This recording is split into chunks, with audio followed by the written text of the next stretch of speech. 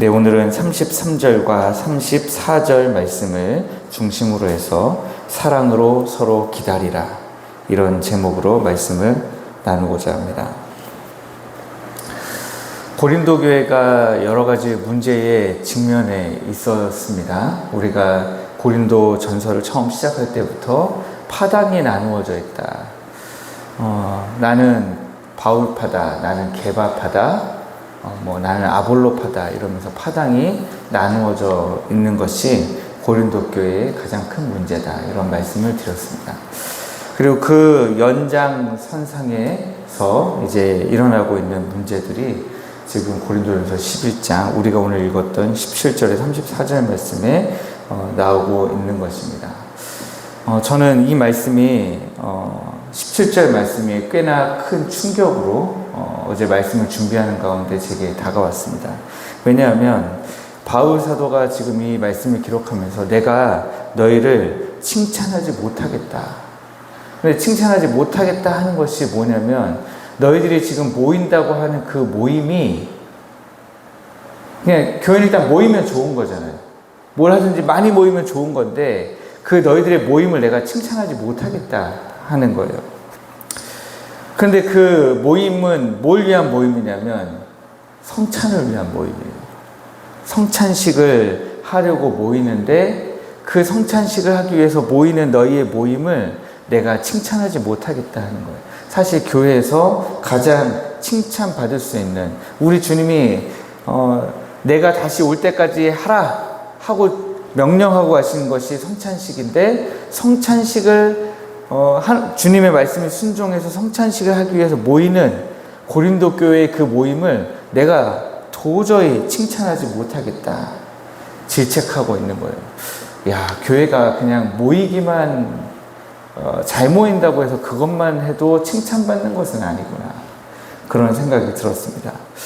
오늘 말씀은 4가지 정도로 나눌 수 있는데, 고린도 교회가 무엇을 잘못하고 있는가, 그리고 나서 22절까지는 고린도 교회가 무엇을 잘못하고 있는지, 그리고 다시 23절부터 26절까지는 그 잘못한 것이 잘못 모이고 있는데 성찬식의 본래 의미는 이런 것이다 라고 하는 것을 가르쳐주고 있고, 그리고 나서 27절부터 32절까지는 그래서 우리 교회가 모임을 어떻게 해야 되느냐, 성찬 모임을 어떻게 해야 되느냐, 그리고 나서 이제 33절, 34절에서 이제 마지막 권면을 하고 있는 그런 것으로 나눌 수 있습니다. 23절부터 26절까지 말씀을 보시면 우리가 성찬식 할 때에 참 많이 앞에서 제가 읽게 되는 말씀이죠. 내가 너희에게 전한 것은 주께 받은 것이니 주 예수께서 잡히시던 밤에 떡을 가지사 축사하시고 떼어 이르시되 이것은 너희를 위하는 내 몸이니 이것을 행하여 나를 기념하라.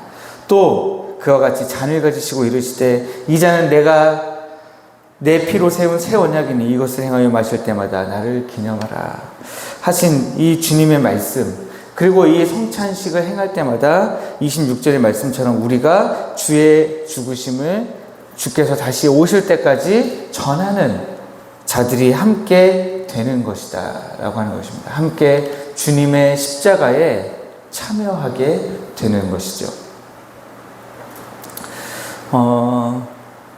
그래서 그런 생각도 해봤습니다. 여기 보면 성찬식의 가장 큰 목적으로 써놓은 것이 뭐냐면, 이 떡을 먹으며 이 잔을 마실 때마다 주의 죽으심을 그가 오실 때까지 전하는 것이라 했으니까, 사실 복음을 전하는 가장 강력한 도구로서 성찬식을 지금 이야기하고 있잖아요.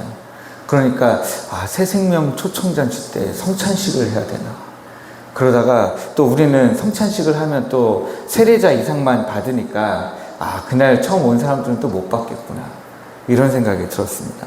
그런데 지금 이 당시에 하고 있는 성찬식은요, 우리가 오늘 지금 이렇게 하고 있는 성찬식과는 조금 다른 형태로 애찬의 형태였다고 이야기해요. 여러 주석을 살펴보면 이때의 한 성찬은 애찬의 형태였다, 그렇게 이야기를 많이 합니다. 애찬은 지금 우리가 하고 있는 성찬식과는 좀 다르게 같이 빵을 나눠 먹고 포도주를 그냥 같이 나눠 먹고 하는 그런 형태죠. 누구 인도자 없이 그냥 쌓아놓고 같이 떡을 떼고 주님의 피를 나누는 것입니다.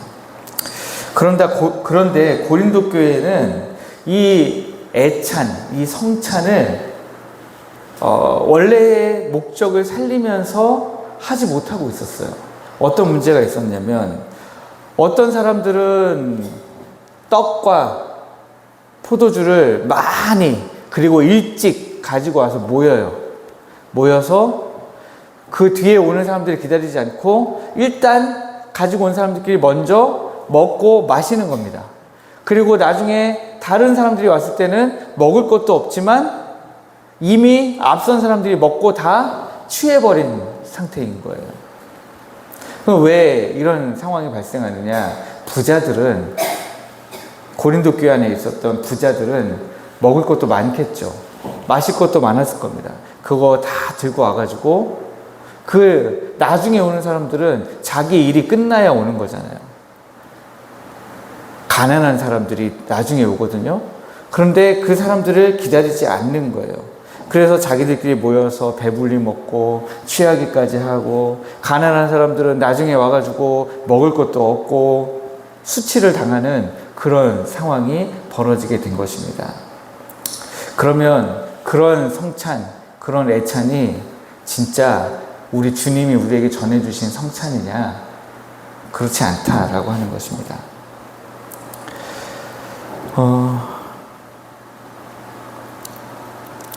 그런 성찬을 어떻게 칭찬하고 그런 모임을 어떻게 권장할 수 있겠느냐는 거예요. 22절에 보니까 너희가 먹고 마실 집이 없느냐? 아니 도대체 그 많은 떡과 포도주 먹고 마실 곳이 없어서 교회에 가지고 와서 먹냐는 거예요. 집이 있지 않냐 이거죠. 집에서 먹으면 될 텐데 왜 가지고 와서 나누지도 않고 너희들끼리 먹느냐는 거예요. 너희가 하나님의 교회를 업신여기고 빈궁한 자들을 부끄럽게 하느냐? 내가 너희에게 도대체 무슨 말을 하면 좋겠냐? 너희를 칭찬할 수가 없다. 이것으로는 절대 너희들을 성찬 잘했어 라고 그냥 빈말이라도 칭찬할 수 없겠다라고 하는 것입니다. 그러면 이제 우리가 어떻게 해야 될까요? 33절, 34절 말씀대로 그런즉 내 형제들아 먹으러 모일 때에 서로 기다리라 하는 것입니다. 소외된 사람 없도록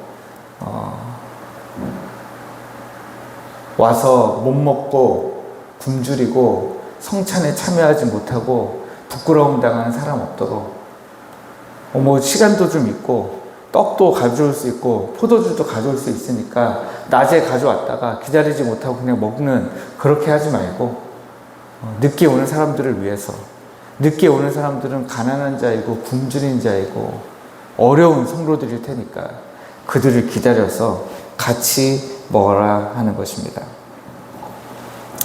그런데 서로 기다리라 하는 이 말씀이 고린도 교회에서는 성만찬에 대해서 기다리라 했지만, 저는 이 말씀을 보면서 우리 안에서 우리는 날마다 말씀을 통해서 우리를 위해 죽으신 주님을 기념하고 기억하고 그 주님의 말씀을 순종하려고 애쓰는 성도들로서 우리는 다른 성도들을 어떻게 기다려야 될까에 대해서 고민을 좀 하게 되는 겁니다. 다른 성도들을 기다리는 방법이 뭘까? 오늘날 우리가 집에서부터 빵과 포도주를 들고 와서 먹고 마시진 않잖아요. 그런데 오늘날 교회에서는 어떤 빵과 떡을 가지고 모여서 주님을 기억하고 또 그것을 그냥 우리끼리 먹고 마시고 끝나는 것이 아니라 어떻게 믿음이 연약한 성도들을 기다려줄 것인가. 어제 제가 말씀드린 것과 같이 교회 안에는 믿음이 연약한 성도들이 많이 있습니다. 겉으로는 믿음의 연수가 오래되고 겉으로는 직분자인 것 같은데 들여다보면 아직 믿음이 연약한 그런 성도들이 있습니다. 아직 하나님 앞에서 하나님의 능력을 경험하고 하나님을 온전히 신뢰함으로 하나님의 일하심을 경험하지 못한 그런 성도들이 생각보다 굉장히 많이 있습니다. 그럴 때 우리가 어떻게 할 거냐라고 하는 겁니다. 우리가 어떻게 기다릴 거냐. 이 당시에 기다리지 않고 그냥 먹어버렸던 성도들은 칭찬받지 못하고 오히려 질책을 받았습니다. 우리는 먼저 하나님의 은혜를 경험하고 하나님 앞에 기도하고 엎드리는 사람들로서 또 그만한 책임이 있다라고 하는 거죠. 은혜를 먼저 경험한 자들로서. 우리가 이렇게 질책받을 만하냐? 칭찬을 그렇게 못 받을 만하냐? 그렇지 않습니다. 다른 부분에 있어서는 다 칭찬받을 만하고 다 하나님이 정말 잘하였다 그렇게 말씀해 주실 것입니다. 그러나 우리가 한 가지를 더하려고 하는 것이죠. 서로 기다려야 합니다. 그래서 우리가 하나님 앞에서 판단받지 않도록 우리가 서로 사랑으로 기다리고 서로 겸손함으로 기다리고 그래서 우리가 그리스도의 몸된 교회를 더욱더 든든히 세워 나가게 되기를 주님의 이름으로 축복합니다.